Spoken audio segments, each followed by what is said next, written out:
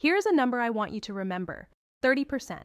That is the gap between how often men reach orgasm during sex and how often their female partners do.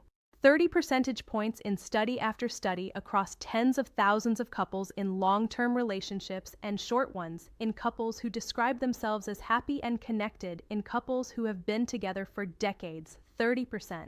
And here's what I want you to understand before we go any further. Before you attribute that number to biology or age or simply the way things are, the reason for that gap is not anatomy. It is not age.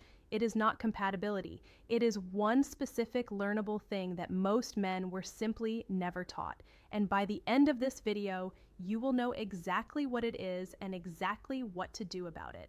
My name is Dr. Julia Rodas. I am a certified men's sex therapist with over a decade of clinical experience working exclusively with male sexual health and intimate program relationships. In that time, I have worked with thousands of men and with the couples they are part of. I have sat with men who are frustrated, confused, and quietly carrying the weight of a partner who seems distant, disconnected, or persistently unsatisfied in the bedroom. And I have sat with those same men weeks and months later after they received the information I am sharing with you today and watched their relationships transform, not because they became different men, because they became informed ones. That is what this channel is for. Real information, clinical truth, the conversations that are not happening anywhere near enough, brought into the open where they can actually do some good. If you are a man over 60 who wants to show up fully for your partner, who wants to understand her body, her needs, and her experience with the same seriousness you bring to every other area of your life, please subscribe to this channel right now. Every week, I bring you research-backed, clinically grounded conversations about men's sexual health and relationships. No embarrassment, no outdated advice, no guesswork, just the truth delivered with the respect you and your partner deserve. Hit subscribe and let's get into it. The orgasm gap, what the research actually shows. Let me give you the full picture of that number, because the 30% figure is not an estimate. It is not anecdote. It is one of the most robustly documented findings in the clinical literature on human sexuality. The study I am drawing from was published in the Archives of Sexual Behavior, one of the most respected peer-reviewed journals in the field of human sexuality. It surveyed over 50,000 adults across a broad range of ages, relationship types, and demographics. And what it found was consistent, striking, and impossible to dismiss. 95% of heterosexual men reported usually or always reaching orgasm during sexual encounters. 65% of heterosexual women reported the same. That is a 30-point gap in a study of 50,000 people. And that finding has been replicated in different populations, in different countries, across different research methodologies with remarkable consistency. Now, I want to be careful here about how we frame this. The orgasm gap is not presented in this video as a scorecard. Orgasm is not the only measure of sexual satisfaction. And I would be doing both you and your partner a disservice if I reduced intimacy to a single physiological outcome. Women's sexual satisfaction encompasses pleasure, connection, emotional presence, and the quality of the entire experience, not just its conclusion. But the gap matters. It matters enormously because what it represents beyond the statistic itself is a widespread systemic deficit in understanding. A gap not in desire, not in capacity, not in compatibility, but in knowledge. Most men were never taught how female sexual response actually works. Not in any meaningful, anatomically accurate, clinically grounded way. What passed for sexual education for most men in this age group was fragmentary at best and actively misleading at worst. It centered penetrative sex as the primary event. It treated female pleasure as secondary, as mysterious, as somehow less mappable than male pleasure. And that foundational deficit, that missing education, is the primary driver behind the orgasm gap. Not anatomy, not age, not the inherent complexity of female sexuality. A gap in knowledge, one that is entirely, completely closable, starting right now. The anatomy most men were never taught. I want to take you back to 1998 because something happened in the medical literature that year that should have changed everything and largely didn't. Not in the way it deserved to. In 1998, an Australian urologist named Dr. Helen O'Connell published landmark anatomical research that for the first time accurately mapped the full structure of the clitoris. Using modern dissection techniques and MRI imaging, Dr. O'Connell demonstrated that what most people, including most medical professionals, referred to as the clitoris was in fact only the visible tip of a significantly larger internal structure.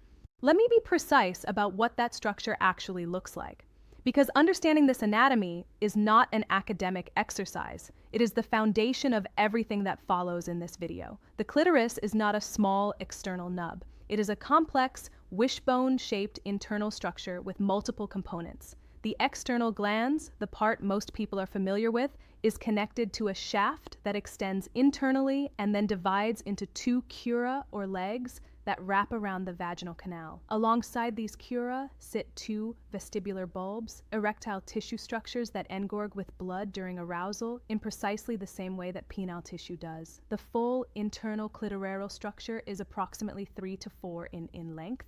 It surrounds the vaginal canal on multiple sides, and critically, it is intimately connected to the anterior wall of the vagina. The area commonly referred to as the G-spot is not a separate anatomical structure. It is in the most current clinical understanding the internal surface of the clitoral complex felt through the vaginal wall. Why does this matter so profoundly? Because it means that the anatomy of female pleasure is not mysterious. It is not unmappable. It is not fundamentally different in its logic from male anatomy. It is simply an anatomy that was not accurately described in medical textbooks until 1998, and that has still not made its way into the mainstream conversation around sex and intimacy in any meaningful way.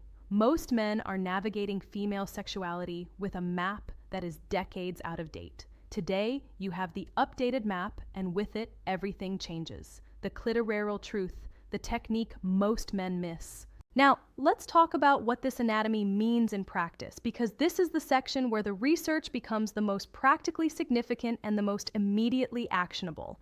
Dr. Debbie Herbenick at Indiana University conducted one of the most comprehensive studies of female sexual response and orgasm ever undertaken. Her research, drawing on thousands of women across a wide age range, produced a finding that I consider one of the most important pieces of clinical information any man in a relationship with a woman can possess. Approximately 37% of women require direct clitoral stimulation in order to reach orgasm.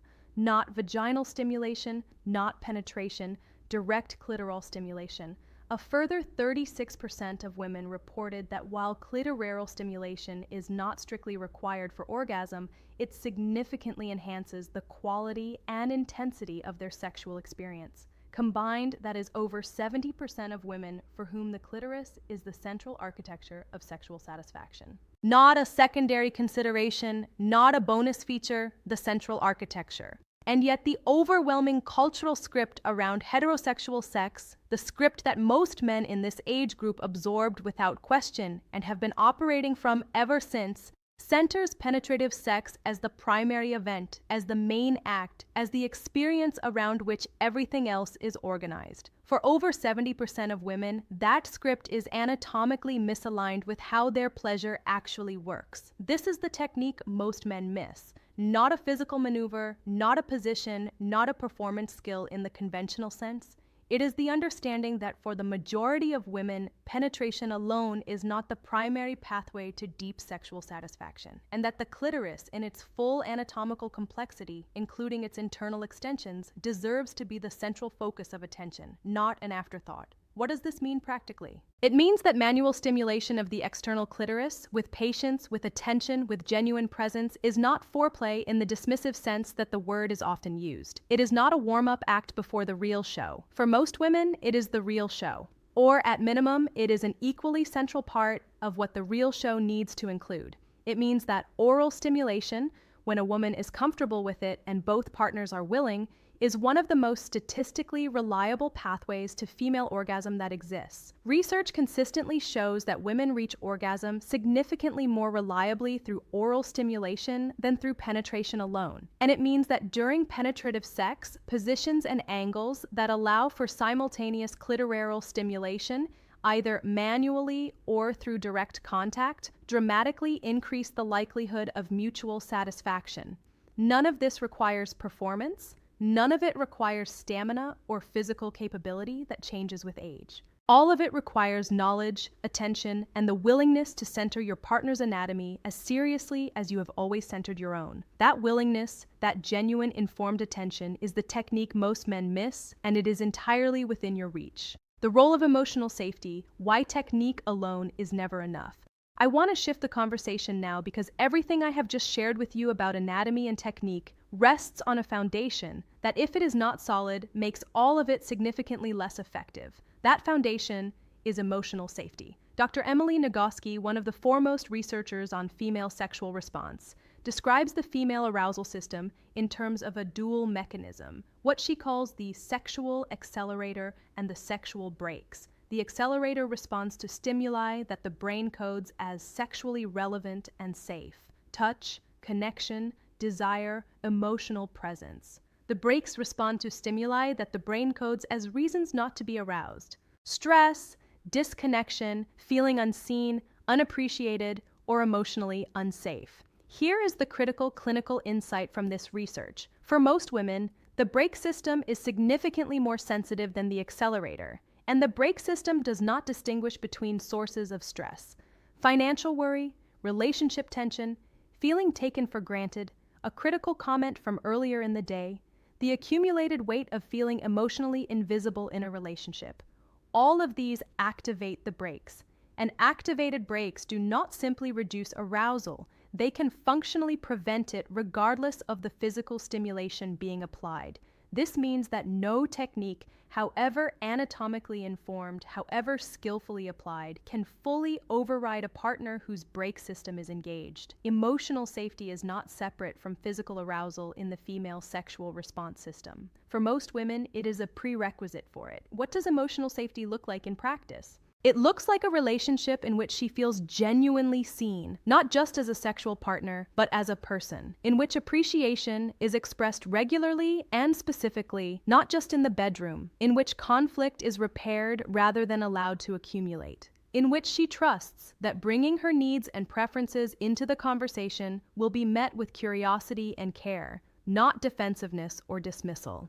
For men over 60 who are often navigating decades of established relationship patterns, this section may carry particular weight. Patterns of emotional disconnection that have developed over years do not dissolve instantly, but they do respond to consistent, genuine attention. And the men in my clinical practice who have invested in the emotional architecture of their relationship, who have made their partner feel genuinely safe, seen, and valued outside the bedroom, consistently report the most dramatic transformations in their intimate lives. The bedroom begins long before the bedroom. That is not a romantic abstraction. It is a clinical finding, the slowdown principle, time as the most underrated technique. If I were to identify the single highest leverage change that most men over 60 could make immediately, the one adjustment that would produce the most significant shift in their partner's experience with the least complexity, it would be this: slow down, spend more time. I am aware that this sounds almost too simple to be the answer, but the research is unambiguous, and the clinical evidence from my own practice confirms it consistently.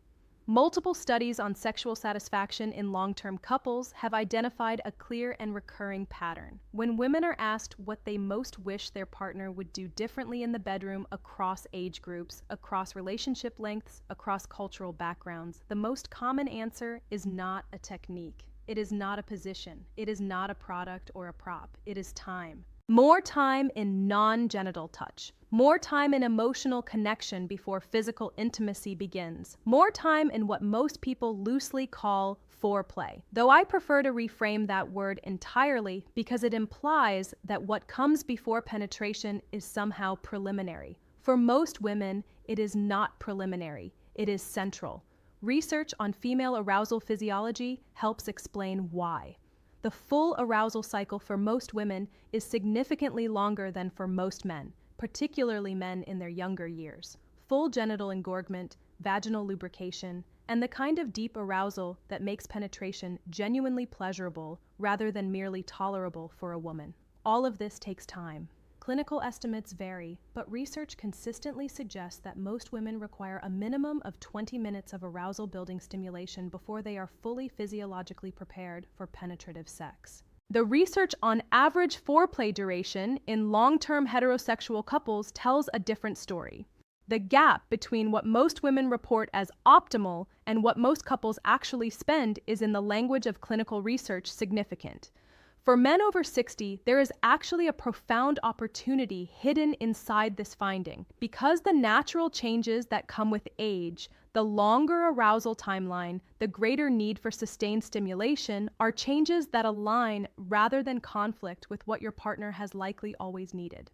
The shift that age brings to male sexual response is in many respects a built-in invitation to slow down, to be more present, to invest more time in the quality of the experience rather than the speed of its progression. Men who embrace this shift, who stop experiencing their changed arousal timeline as a loss and start experiencing it as an invitation, consistently report that their intimate lives improve in ways they did not anticipate. Not despite slowing down, because of it. The over 60 dimension, her changing body, and what she needs now. Everything I have covered so far applies across the full adult lifespan. But I want to spend time now on something specific, on the particular dimension of this conversation that applies most directly to the women that men over 60 are most likely to be in relationships with, because her body has changed too. For women in the postmenopausal stage, typically from their early 50s onward, though the timeline varies, hormonal shifts produce a set of physiological changes that directly affect sexual experience. And men who understand these changes, who adapt to them with knowledge and care, rather than ignoring them or taking them personally,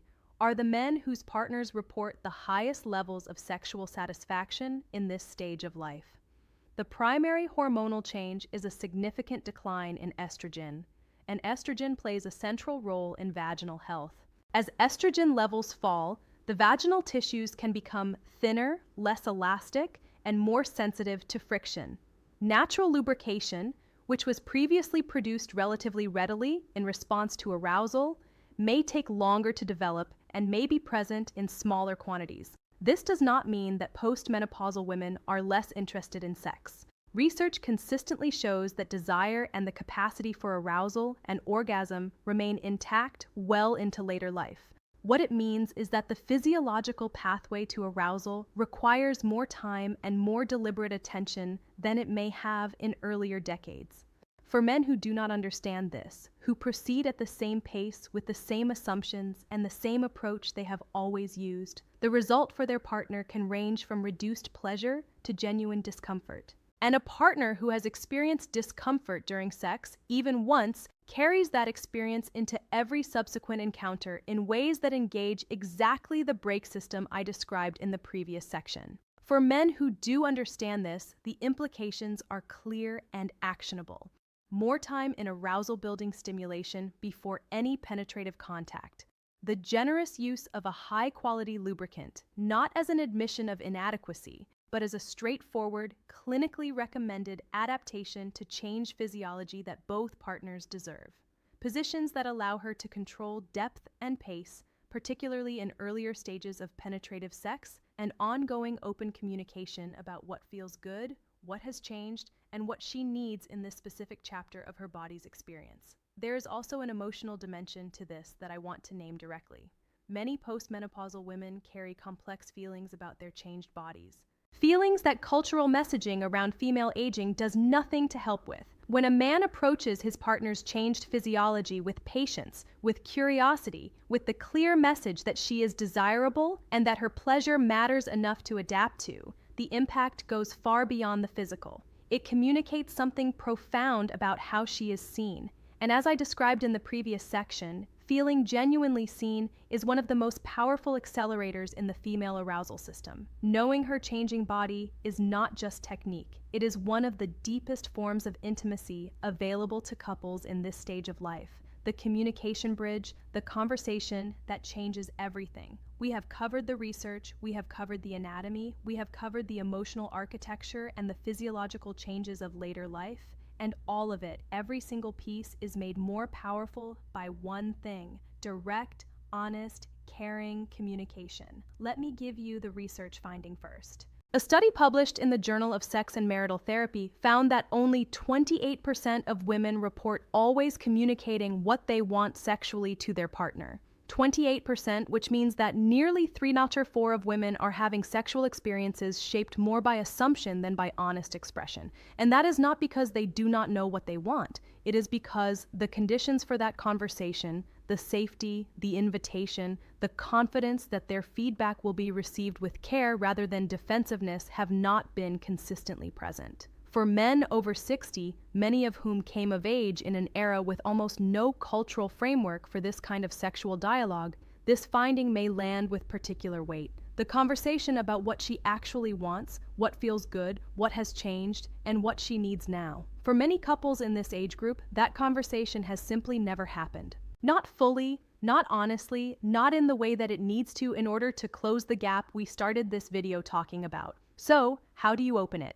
First, timing matters. The conversation about sexual needs and preferences is almost never best had in the bedroom, in the moment, under the weight of performance and vulnerability. It is best had in a neutral, comfortable, everyday context, over a meal, on a walk, in a quiet moment when neither of you is tired or stressed and both of you feel genuinely connected. Second, the framing matters enormously. The goal is not to open a negotiation or to signal that something is wrong. The goal is to express genuine curiosity and care. Something as simple as, I want to make sure I'm giving you what you actually need. Is there anything you'd love more of or anything you'd want to try? Opens a door that most couples have never walked through. Third, how you receive what she shares will determine whether the door stays open. If she offers even a small piece of honest feedback and is met with defensiveness, with hurt, or with a retreat into silence, that door closes, possibly for a very long time. The response she needs and deserves is curiosity, warmth,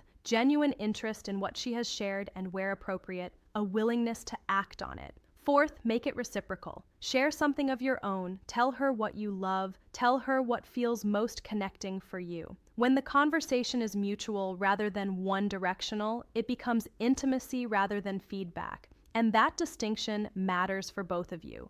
The couples who have the most satisfying sexual relationships in later life are not the ones who happen to be most compatible. They are the ones who have learned to talk to each other honestly, curiously, continuously. That conversation is available to you. It starts with one question asked with genuine care, and it changes everything. If this video gave you something real today, a new understanding of her body, a shift in how you think about intimacy, or the first steps toward a conversation you have been meaning to have, please share it with someone who needs to hear it. Leave me a comment below. Tell me what landed for you. Tell me what you want to explore next.